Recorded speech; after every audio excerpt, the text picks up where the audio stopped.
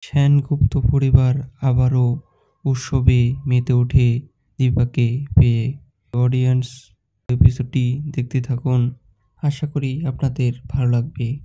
সেন থেকে নেমেই দীপাকে বলল, আপনি চলে এসেছেন ম্যাম। দীপা বললে, আপনার জন্য তো আমাকে আসতেই হতো।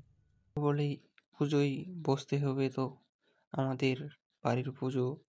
তার মাঝে এক বৃদ্ধ মহিলা এসে বলল, কিরে সূর্য, আয়, তুই গোপালকে দোল দিবি না? দোল না দিলে হয়। এবং দীপা ও সূর্য পুজোয় বসে। পুজোয় মেতে ওঠে সকল পরিবারের সদস্য। পুজো শুরু হয়ে গেল।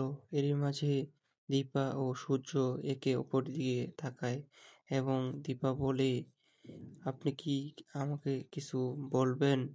সূর্য বলে, হ্যাঁ, অনেক কিছু তো বলার ইচ্ছে আছে। আজকে আপনাকে অনেক সুন্দর লাগতেছে। তাদের মধ্যে শুরু হয় প্রেমের খুনসুটি। দীপা ঠাকুরের কাছে প্রার্থনা করতে থাকে, ঠাকুর, তুমি এরকম মুহূর্ত আমাকে আরো দিও, সবসময় যেন আমি সূর্যের পাশে থাকতে পারি। প্রিয় অডিয়েন্স, কেমন লাগলো আজকের এপিসোড? অবশ্যই কমেন্টে জানাতে ভুলবেন না।